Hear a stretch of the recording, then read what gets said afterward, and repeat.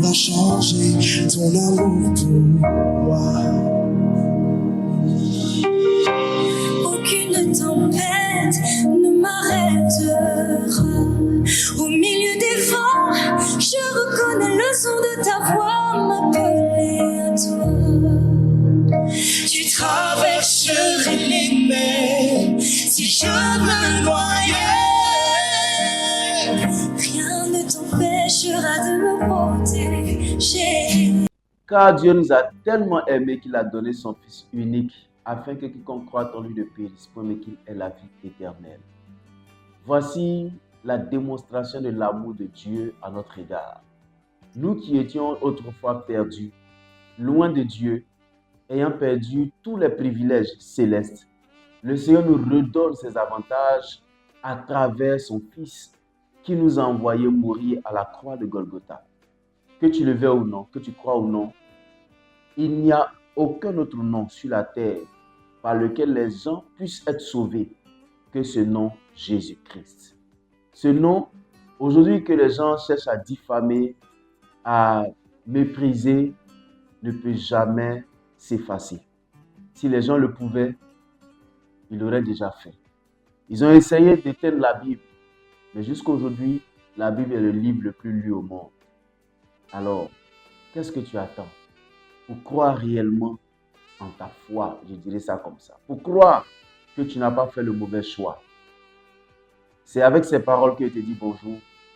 Bonjour de ta position. Bonjour de ma position. Là-bas, tu es au Gabon, au Sénégal, au Mali, au Niger, au Tchad, et au Cap-Vert, si vous nous voyez de là-bas. Partout où vous nous voyez, à Madagascar aussi. Que Dieu vous bénisse. Que sa grâce nous soit communiquée en grande quantité. Nous sommes là aujourd'hui, comme d'habitude, pour prier, pour s'exhorter mutuellement et surtout pour remettre nos cœurs au Seigneur, pour qu'il nous vivifie avant que nous puissions aller vaquer à nos occupations de ce jour. Il n'y a que lui seul qui est capable de nous donner la force, l'énergie nécessaire pour que nous puissions vaquer à nos occupations comme il se doit et remporter des victoires en nous mettant au-dessus des défis que nous serons lancés, auxquels nous serons confrontés durant le jour. Prions le Seigneur, disons merci au Seigneur pour la vie qu'il nous a donnée. Nous te bénissons notre Dieu. Merci de nous communiquer la vie, de nous donner la grâce d'être en vie, Seigneur. C'est la manifestation de ta bonté. Tu es là avec nous et tu communiques ta grâce. Cette grâce que nous ne méritons même pas. Mais Seigneur, ton amour se manifeste en nous communiquant cette vie. Merci de le faire au nom de Jésus. Amen. Que le Seigneur nous bénisse, que sa grâce nous soit communiquée en grande quantité. Voici deux personnes ou des personnes qui s'asseyent et qui crient « Seigneur, je veux me marier. Seigneur, je veux me marier. » Aujourd'hui, l'idée du mariage est devenue comme une idée qui fait partie de notre vie chrétienne. Ou en fait, qui a tellement pris, qui est devenue une pensée dominante au point où les gens pensent même que c'est une condition pour qu'on puisse aller au ciel. Certaines personnes disent, si tu as 30 ans que tu n'es pas encore marié, c'est qu'il y a un problème.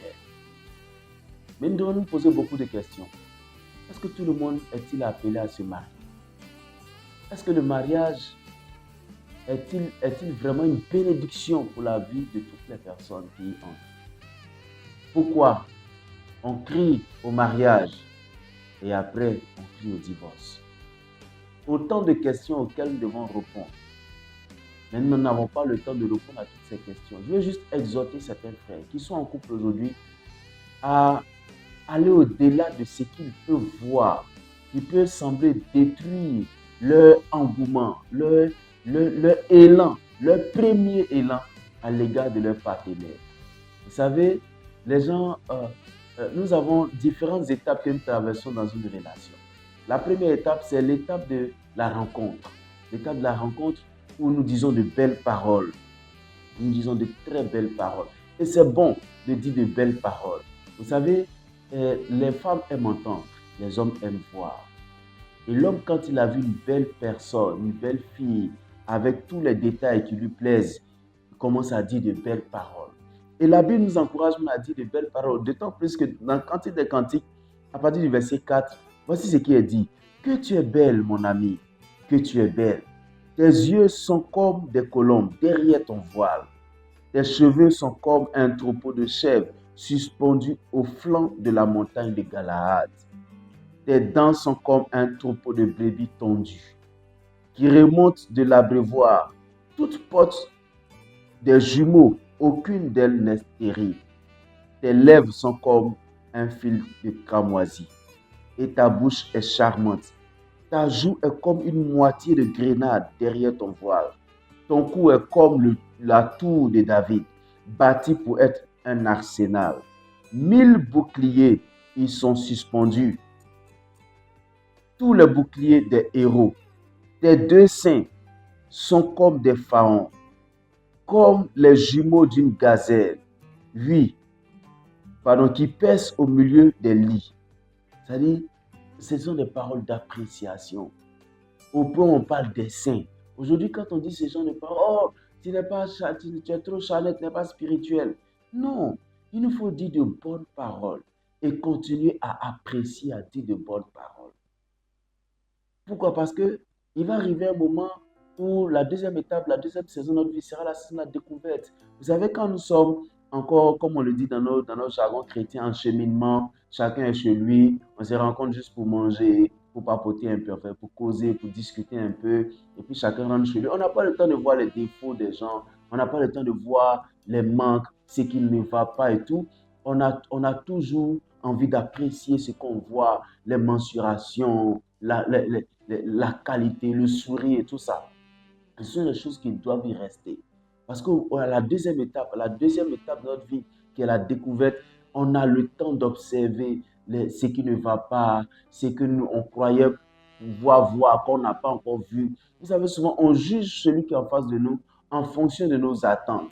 Nous attendons à ce que la personne soit comme ci, comme ça, comme ci, comme ça, en fonction de notre égoïsme et la méchanceté aussi de notre cœur, sans oublier cela. Vous savez, souvent, on veut que la personne soit ce que nous avons pleinement dans notre esprit. Moi, je veux que mon mari, il soit comme ci, il soit comme ça, qu'il réfléchisse comme ça. Ou que ma femme, elle soit comme ci, elle soit comme ça. Je ne parle pas de forme. La forme, c'est facile à choisir, mais le moral, les émotions, le mental, on découvre pendant que nous sommes en train de vivre. Les habitudes, les attitudes, on en découvre plus quand nous sommes ensemble. Et malheureusement, ces belles paroles que nous disons dès les premiers jours commencent à disparaître. Elles disparaissent parce que simplement, nous croyons que la personne ne répond plus à nos attentes. Souvent, ce sont des attentes, comme je l'ai dit, égocentriques. On veut que la personne soit forcément et pleinement ce que nous imaginons. Mais la personne ne le sera pas. La personne ne sera pas. Et finalement, nous manquons d'appréciation dans nos relations. Monsieur n'apprécie plus madame. Les seules paroles qu'on puisse se dire, ce sont des paroles mauvaises.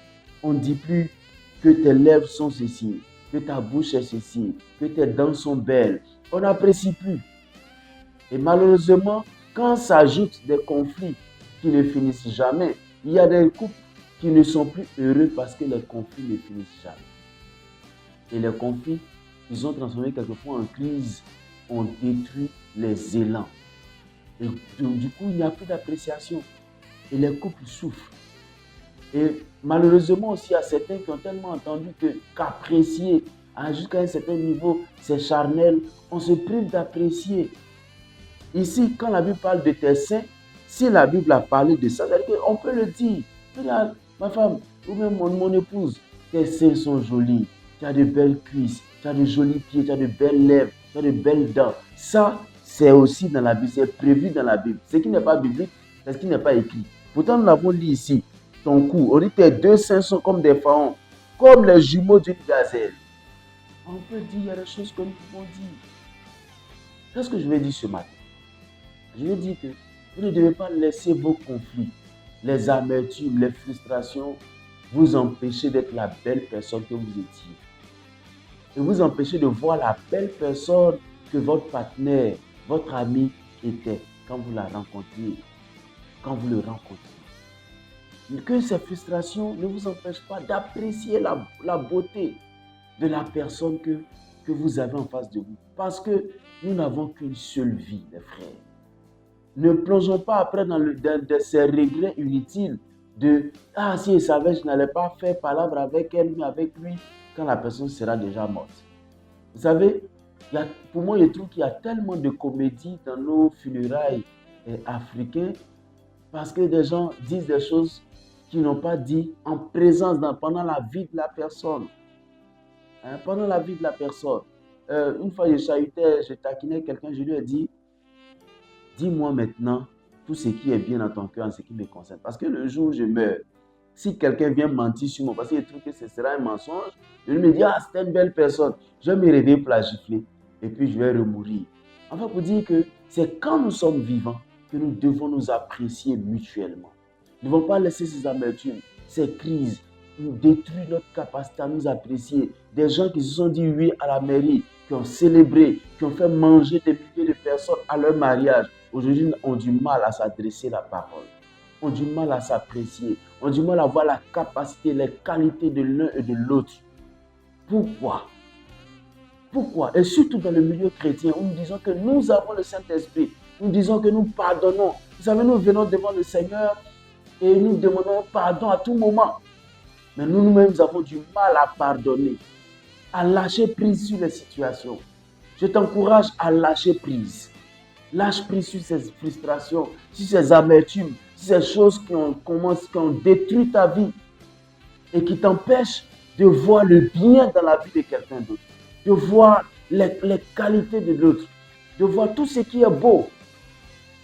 La personne qui était belle pour toi hier l'est toujours aujourd'hui. La seule chose qui t'empêche de revoir, de continuer à voir cette beauté, c'est cette amertume. Et c'est ce manque de pardon. Tu n'arrives pas à lâcher prise. Laisse tomber. Laisse tomber.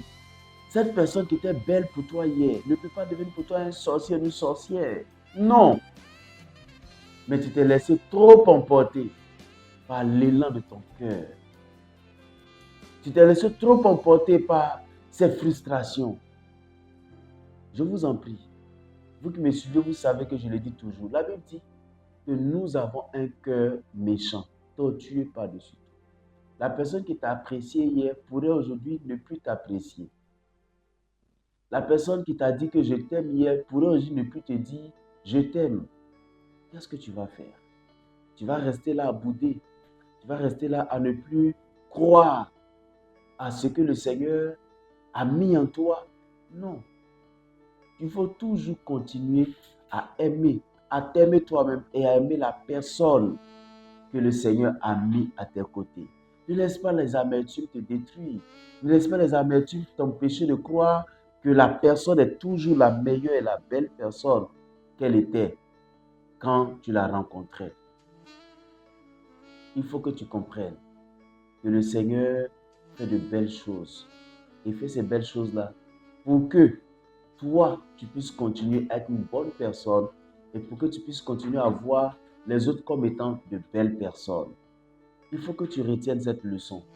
Tu es une belle personne et personne ne doit te retirer ça de la tête. Et tu dois continuer à dire de bonnes paroles. À dire de bonnes paroles, surtout à ton conjoint. Aujourd'hui, je parle typiquement de ceux qui sont en couple, à ton conjoint, à ton partenaire, à ta partenaire. Dites-lui toujours de bonnes paroles. Ne laisse pas les autres apprécier ton partenaire ou ta partenaire à ta place. Laisse-toi emporter. Dis-toi, essaie de faire cet exercice.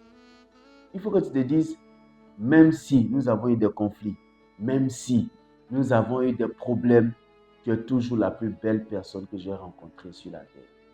Ceux qui continuent de le faire ne sont pas des extraterrestres, comme on le dit, ne sont pas des anges. Ce sont des êtres humains qui ont décidé que cette situation ne va pas prendre le dessus sur moi. Cette situation ne prendra pas le dessus sur moi. J'irai jusqu'au bout. Je ferai ce qu'il y a à faire. Je dirai toujours que c'est une belle personne que le Seigneur m'a donnée. C'est un trésor divin qui malheureusement, comme tout le monde, a été contaminé, comme moi, a été contaminé par le péché et la méchanceté du cœur. Je prie que le Seigneur te permette de pouvoir comprendre ces petits mots que je suis en train de dire ce matin. Et je vous exhorte à lire Cantique des Cantiques. C'est rempli de tellement de belles paroles. Tu es belle Mon ami, tu es toute belle, mon ami. Il n'y a en toi aucun défaut. Il n'y a point de défaut en toi. Il faut qu'on arrive à le dire. Ça, c'est Cantique des Cantiques, chapitre 4, le verset 7 et le verset 7. Tu es toute belle, mon ami. Il n'y a point en toi de défaut. Est-ce qu'aujourd'hui, on peut dire à quelqu'un, il n'y a point en toi de défaut? Ah, que c'est difficile. Que c'est difficile de se réveiller un matin et de dire, toi, mon époux, mon partenaire, ma partenaire, il n'y a pas de défaut en toi. Est-ce que ça, là, c'est faisable de nos jours? Oui, c'est faisable. C'est faisable si nous laissons notre cœur être emporté par le Seigneur.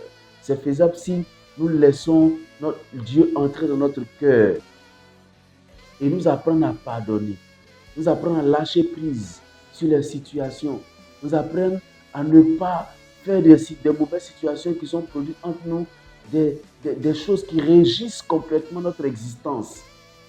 Nous pouvons le faire et le Seigneur nous exhorte à le faire. Nos couples sont déstabilisés. Nos couples ont des problèmes aujourd'hui parce que nous sommes cramponnés, nous sommes attachés au mal, nous sommes attachés au conflit passé. Tu m'as fait ça hier, tu m'as fait ça. Pourtant, la Bible dit, celui qui rappelle les fautes divise les amis. Ça veut dire simplement que le fait que tu rappelles les fautes éloigne ta partenaire, éloigne ton partenaire de toi.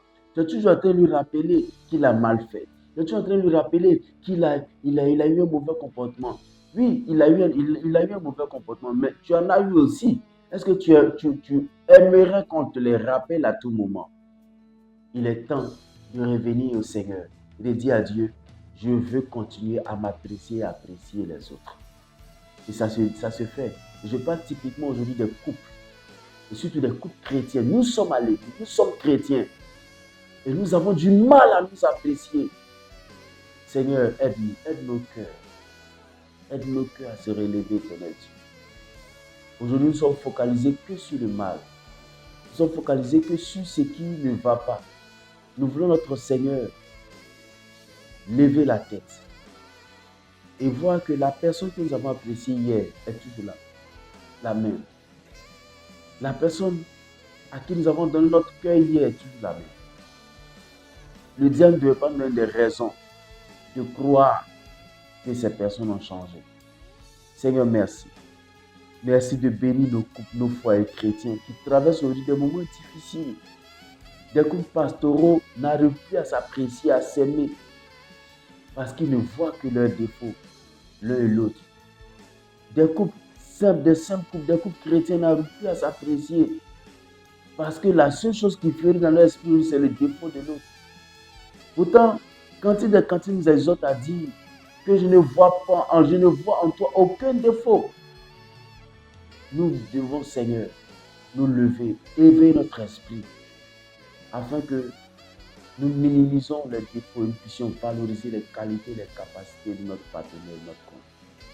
Merci de le faire.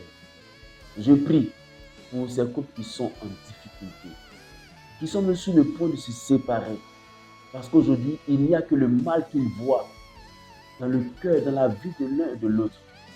Je prie que tu étendes ta main. Seigneur, surtout, touche leur cœur, ce cœur méchant et dur, et donne un nouveau cœur, un cœur flexible à tes enfants, Seigneur, et un esprit ouvert sur ce qui est bon. Merci de bénir tes enfants, de leur accorder ta grâce, de bénir tes enfants, Seigneur, de leur accorder la vie qu'ils cherchent, Seigneur le Seigneur. Étends ta main, manifeste-toi dans leur vie et guéris ces couples. Ramène-les ensemble, Seigneur. Tu as dit que personne ne sait pas ce que Dieu a uni. En réalité, c'est pour nous dire que c'est toi qui as créé le couple et les unions. Et je ne voudrais pas qu'aucune méchanceté, que la méchanceté de nos cœurs divise, brise cette institution. Étends ta main, Seigneur. Sauve, bénis et accorde ta grâce. Au nom puissant de Jésus. Je veux prier, Seigneur, pour ces enfants qui sont issus de ces couples qui sont aujourd'hui en difficulté. Ces enfants souvent payent le prix lourd. Ils sont moralement détruits. Ils sont psychologiquement abattus. Je prie que tu étendes ta main, que tu les sauves, que tu les délivres, que tu leur accordes ta grâce, Seigneur. Étends ta main dans leur vie. Accorde ta grâce à ces enfants. Qu'ils se relèvent. Qu'ils se relèvent, Seigneur. Qu'ils se relèvent, éternel Dieu. Qu'ils reçoivent ta grâce. Qu'ils reçoivent ta paix, Seigneur. Au nom puissant de Jésus. Merci de le faire. Au nom de Jésus. Amen. Nous allons prier pour les malades. Nous allons prier que le Seigneur bénisse la vie de ces personnes qui sont malades. Que le Seigneur leur apporte la guérison totale. Seigneur, je prie que tu étendes ta main. Apporte la guérison à tes enfants au nom de Jésus. Apporte la guérison à tes enfants dans le nom puissant de Jésus. Je prie, Seigneur, que tu apportes la guérison à tes enfants. Donne ta grâce. Donne la guérison à tes enfants dans le nom puissant de Jésus-Christ. Seigneur, quelqu'un est malade, quelle que soit sa maladie, apporte la guérison au nom puissant de Jésus. Quelle que soit sa souffrance, apporte la guérison au nom de Jésus-Christ de Nazareth. Tu es le Dieu qui guérit. C'est sur toi que nous comptons, Seigneur. C'est toi qui apportes la guérison. Apporte la guérison à tes enfants dans le nom puissant de Jésus-Christ. Seigneur, quelqu'un sous l'écho de ma voix ce matin, et la personne est malade, je déclare cette personne libérée de cette maladie au nom puissant de Jésus. Cette maladie est en train de conduire cette personne au désespoir. Guéris cette personne dans le nom puissant de Jésus. Je prie que tu brises le pouvoir de cette maladie. Que toute manipulation spirituelle derrière cette maladie soit vaincue dans le nom puissant de Jésus. Étends ta main, Seigneur. Apporte la grâce, apporte la guérison. Libère tes enfants, Seigneur, dans le nom puissant de Jésus. Père, étends ta main. Ils ont besoin de guérison, de restauration, de bénédiction. Accorde ta grâce à tes enfants dans le nom puissant de Jésus. Accorde ta grâce à tes enfants dans le nom puissant de Jésus. Guéris-les, Seigneur. Guéris-les, Seigneur. Guéris-les, Seigneur. Regarde cette personne qui voit un goitre pousser. Seigneur, je prie que tu libères cette personne de cette maladie malicieuse au nom de Jésus-Christ. Libère cette personne de ce goitre, Seigneur. Étends ta main et guéris, libère, brise le pouvoir de ce mal dans le nom de Jésus. Étends ta main, Seigneur. Libère-la au nom de Jésus. Merci de le faire, Père. Au nom de Jésus. Amen. Nous sommes bénis au nom de Jésus. Nous allons prier pour toutes les personnes qui ont des entreprises.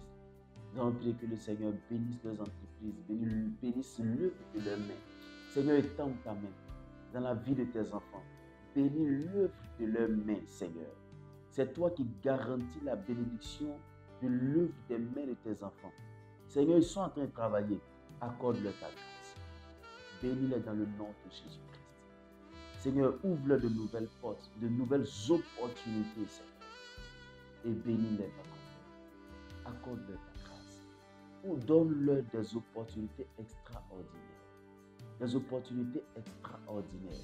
Seigneur, qui pourront leur permettre de faire prospérer leurs affaires et de réussir, d'aller plus loin dans ce qu'ils font, Seigneur. Dans le nom puissant de Jésus. Merci de le faire, Seigneur. Au nom puissant de Jésus. Merci, Père. Amen. Nous sommes bénis au nom de Jésus. Nous allons prier. Nous allons prier pour que le Seigneur bénisse tous les serviteurs de Dieu. Que sa main soit sur leur vie. Qu'il les éloigne de toutes les déviations contemporaines. Seigneur, étends ta main. Donne ta grâce à tes enfants qui te servent. Tu les as appelés, c'est toi qui les as appelés. Père, tu sais comment les conduire. Étends ta main dans leur vie. Qu'ils ne passent pas outre ta pensée. Qu'ils ne passent pas outre tes voies. Mais qu'ils restent dans tes voies. De bons bergers qui conduisent les brebis vers ton royaume. Vers ta présence, Seigneur. Étends ta main, notre Père. Sécurise leur vie. Éloigne tes enfants de tout danger et de toute manipulation ténébreuse. Merci de les garder au nom de Jésus. Amen. Nous allons prier pour la vie. Prions que le Seigneur bénisse cette vie. Seigneur, je prie que tu bénisses la vie de tes enfants.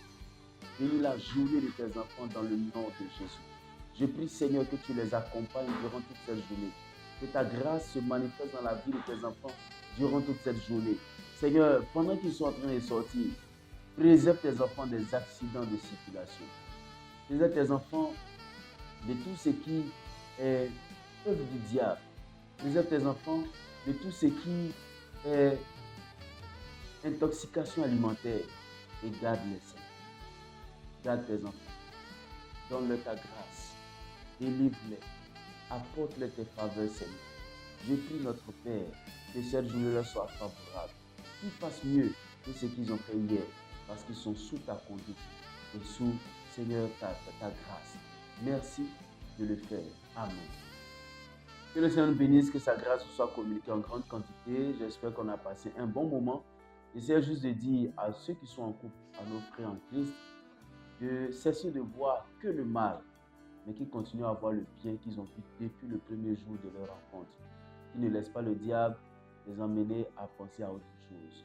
Que Dieu vous bénisse et n'oubliez pas de nous envoyer vos sujets de prière sur les numéros qui s'affichent, plus 225 07 78 37 52 78, ou encore de nous écrire à bitsenakwasi@yahoo.fr et nous serons là pour recevoir vos sujets de prière et continuer à prier pour vous. Et surtout, n'oubliez pas aussi de continuer à soutenir par la prière et surtout par vos biens matériels et financiers cette émission. Nous en avons besoin pour pouvoir aller plus loin et faire mieux. Vous voulez nous offrir une caméra, nous offrir autre chose qui pourrait nous être utile dans la réalisation de notre émission. Nous serons là et ce sera la bienvenue. Que Dieu vous bénisse et qu'il vous accompagne durant toute cette journée. Gardez le sourire et la foi. À bientôt. Va changer ton amour pour